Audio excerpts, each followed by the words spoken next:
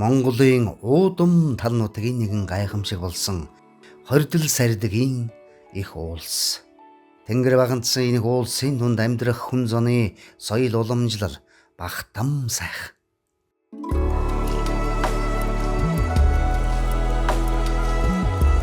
Хоймор сайхнуудын хордол сардаг хэмээх багтам бахархам байгалийн гайхамшигт тогтцсон.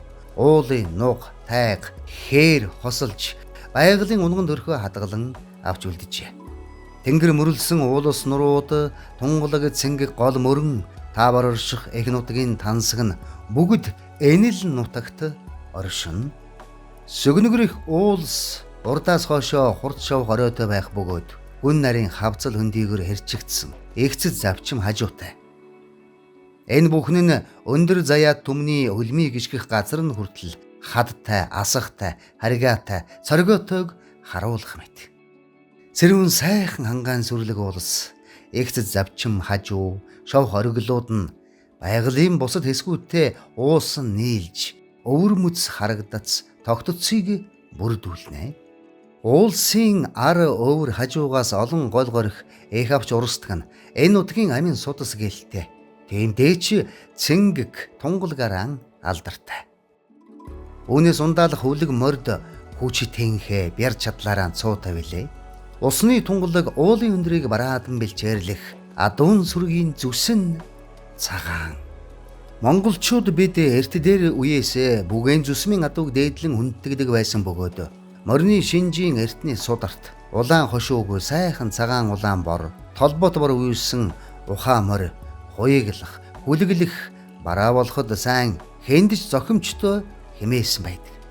Тиймдээж хаад ноёд ихс дээдэс бүгээн зүсмийн адуу унаж хүндэтгэл дүүрэн залардаг байсан нь түүхийн шаралсан худаснаа мөнхрөмөлдөжээ. Монголд 17 жил суусан Итали жуулчин Марко Поло эх хаанд ямар ч толбоггүй бидэргүй цас шиг цагаан зүстэй үлэмж олон азар гадуу бий. Түүний зөвхөн гүүн түм гарав.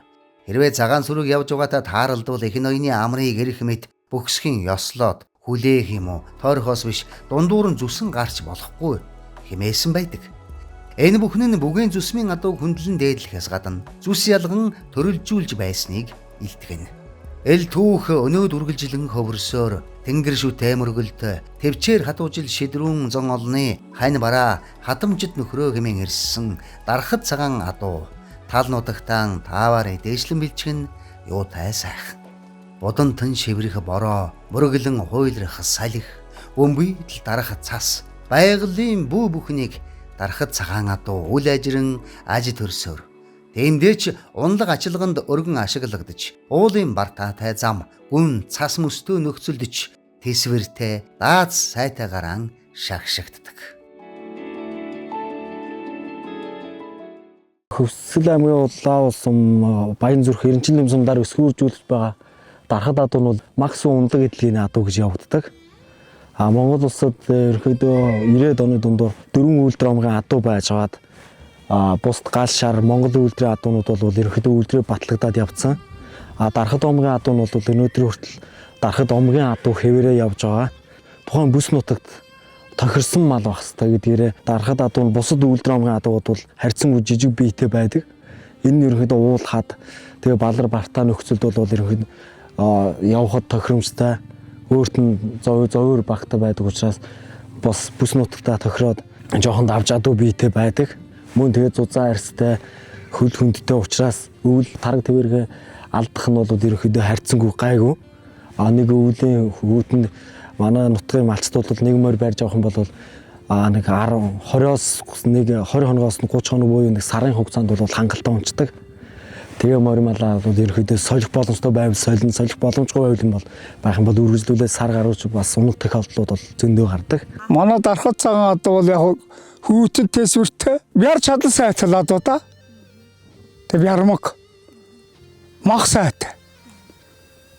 За унахад бол сайн. Ачаа мачаанд ихсэн. Ачаач энэ бартаа замд бол ихсэн. Онцгой тэсвэртэй. Одоо гал өвсмөсөн цасан дураас одоо авч идэх бэрхэн талдаа бол шал өөр. Аль цастай байхад энэ тэгэл Амьдрах талдаа бол сайн. Онцлог нь тэр л байна. Өөрөөр хэлбэл тэр нутагчаа бол өвлийн хүүтэнд олон сантиметр цас ордог. Тийм ээ. За нэг дунджаар бол нэг 70 см 40-70 см-тэй цас. За зарим одоо хуртай жил бол 60 хүртэлж орж байх. За энэ цасан дотор ч нь бол нөгөө цагаан адуу ч нь бол дасаж, зогцож, тэсвэр төвчээрээ харуулж үл хоолой залгадаг.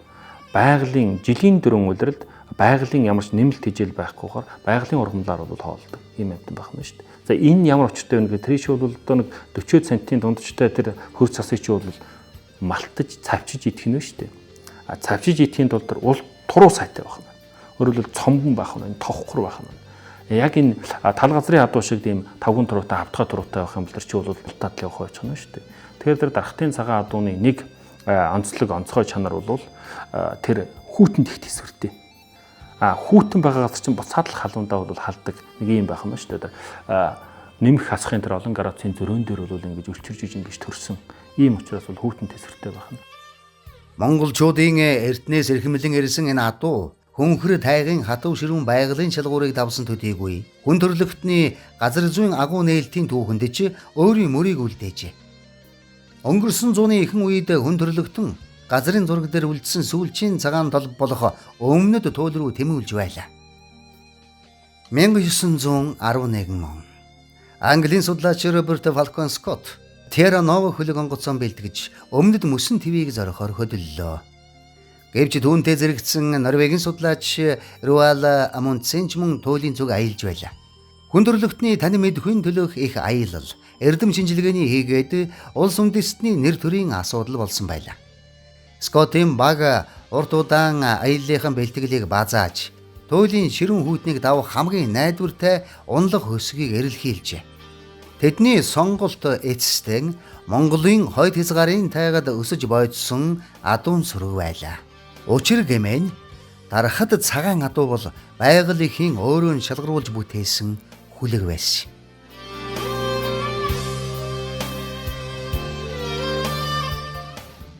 Чи бол яг тэсвэр төвчээр ингээд явахчвал залгаахан шахуу байж байгаа тэр бүр одоо дарахтын цагаан шишгтийн цагаан адуунаас том биетэй өснөөс өтгөнтэй одоо якутын адуу гэж биш үү дээ. Якутын цагаан адуу, туундар адуу энэ гэдэг. Тэр адууг сонгоогүй манай энэ өвсгөлийн баруун талын хойдлын сумын хідэн цагаан адуунаас бол сонгож авч явсан. Ийм баримт жишээ бол тодорхой байж байгаа. Тэр бол одоо тэдгэр чи бол ямар нэгэн санаа савн савхгүй судалгаанд үндэслэхгүйгээр тэгээд аваа явчихна гэж байхгүй шүү дээ. Тодорхой хэмжээний судалгаа, тодорхой хэмжээний үр дүн туршилт хийж яагаад за энэ нутгийн цав бус нутгийн цагаан адуу гэдэг бол тэсвэр төвчээр гэдгийн хувьд бол за ямар ч байсан хүүтэн үл хоолой даах чадвар бол онцгой юм байна гэсэн үгнээс бол сонгож авч явсан байх нь байна. Өвлийн хахир хүүтэн цасыг туурайгаараа сэтлэн өвсөн олж идэнэ. Шуурган дундч зүгээ алдахгүй. Өвдөг давсан зузаан цасыг ажирлгүй туучна. Тиймээс дэлхийн нөгөө зах дах мөсөн твийг зорих судлаачдын найдвар нь болсон юм. Өнөөдөрч дарахтын хотгорын ногоон хөндөй цэнхэр уулсын дунд адуун сүрэг салхи зүсэн хатирсаар байна. Зуны нарны гэрэлд сүүн цагаан зүсэн мөнгөн туяа татан галалзаж уудам талд хөөс мэд цайран харагдана.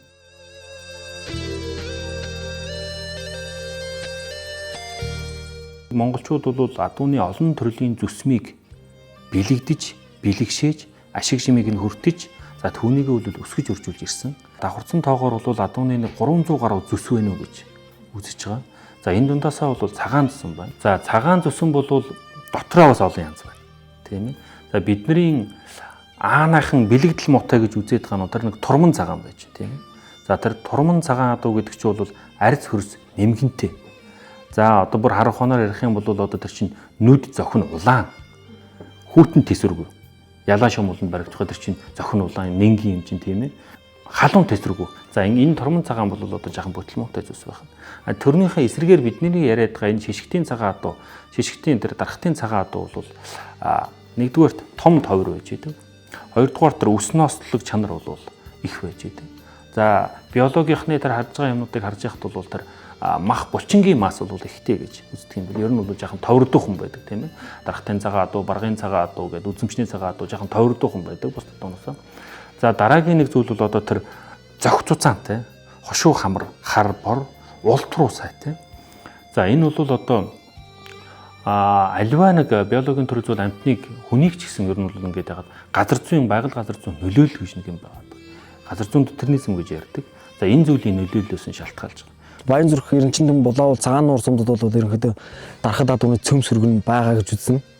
Дарахад адуу одоо дийлэн хүмүүс дарахад цагаан адуу гэж яриад байхаас биш ерөнхийдөө дарахад цагаан адуу гэхгүй дарахад омгийн адууны нэг 60% цагаан үлдсэн зүсэм нь бол ерөнхийдөө хар бараан, цайвар, алагдуу ямар ч зүсмийн байж болно гэж үзэж байгаа юм.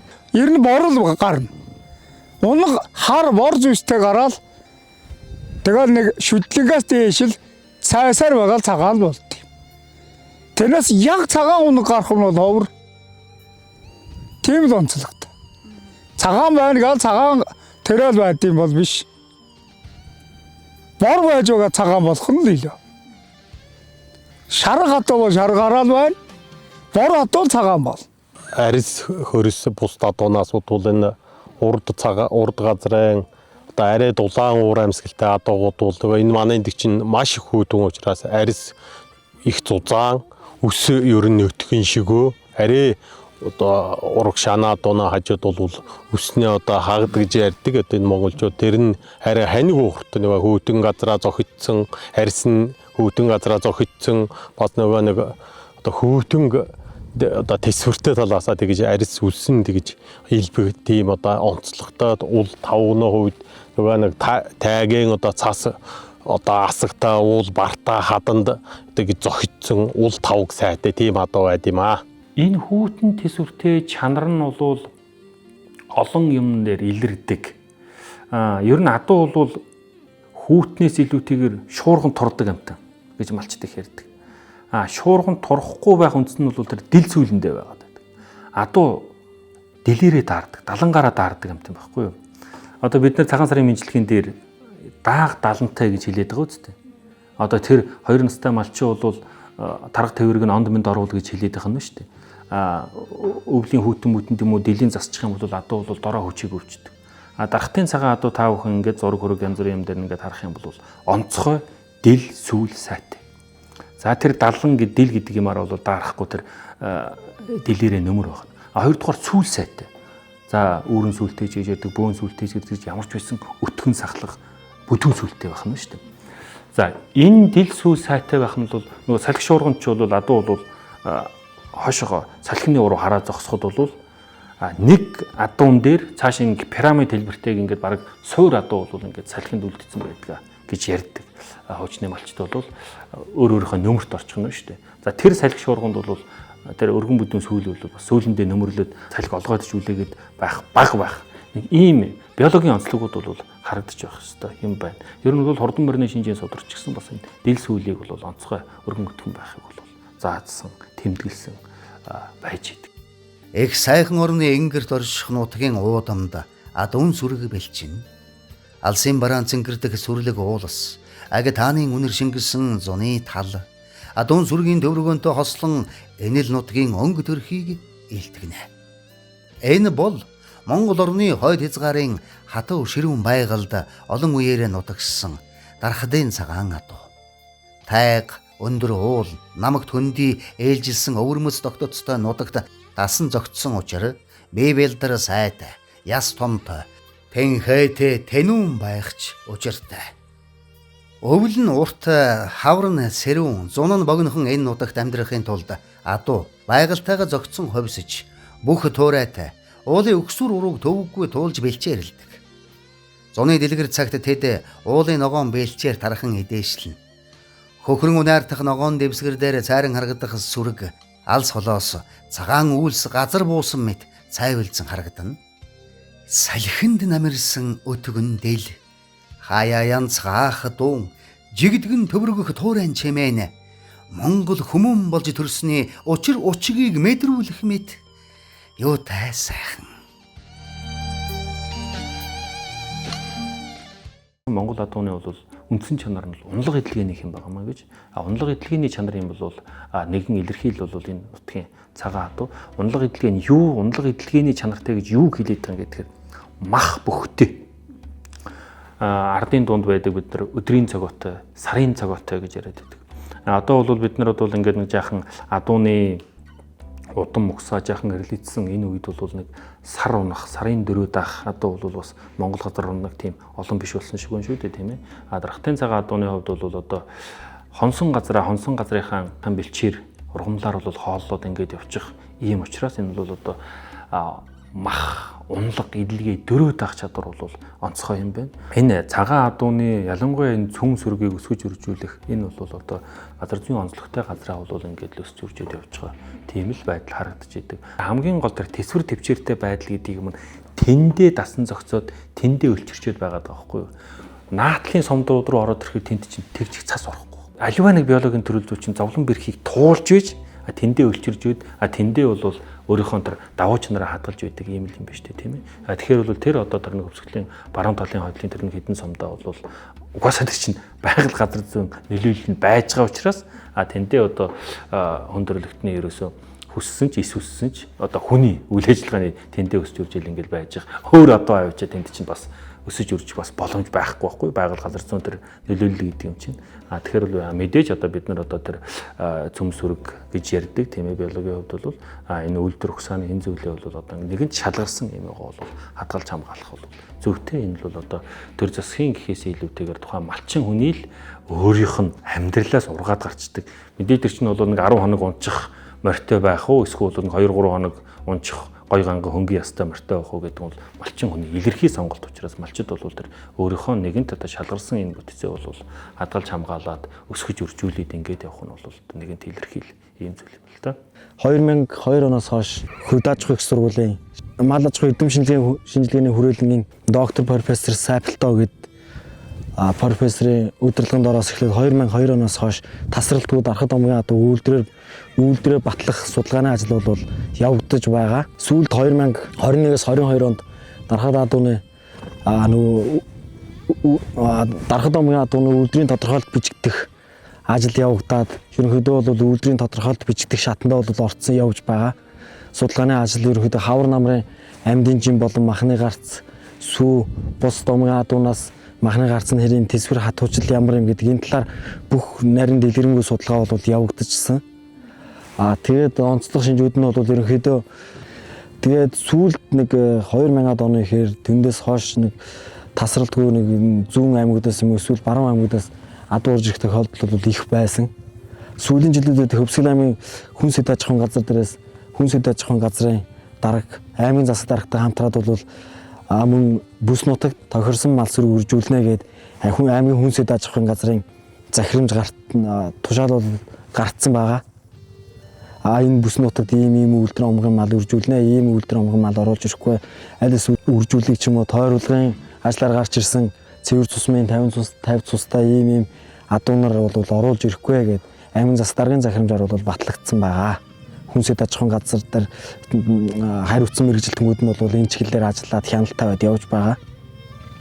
Цаашид ерөнхийдөө дарахад омгийн адуу бол цэврээр нь авж үлдэх гээд аль болох судалгааны ажил дээр үндэслээд цусын нас аль болох сэлбэх талаас нь Баян зүрх Эренчин сумдаас нь ерөнхийдөө сольж тавьж явах талаар судалгааны ажил нийгмөөсөн тэр үйлдвэрийн тодорхойлолт бичигдэх ажил дээр бол бичигдээ судлагдаад явж байгаа. Сайн бүхэн буянт сүргээс ундран гарна. Тэр гэмээн дарахад омгийн гүүний сүүний гарц харьцангуй өндөр байдаг бөгөөд нутгийнхан эрднээс гүүний сүгээрэн айраг эсгэж ахуй амьдралынхаа нэгэн чухал хэрэглээ болгож иржээ.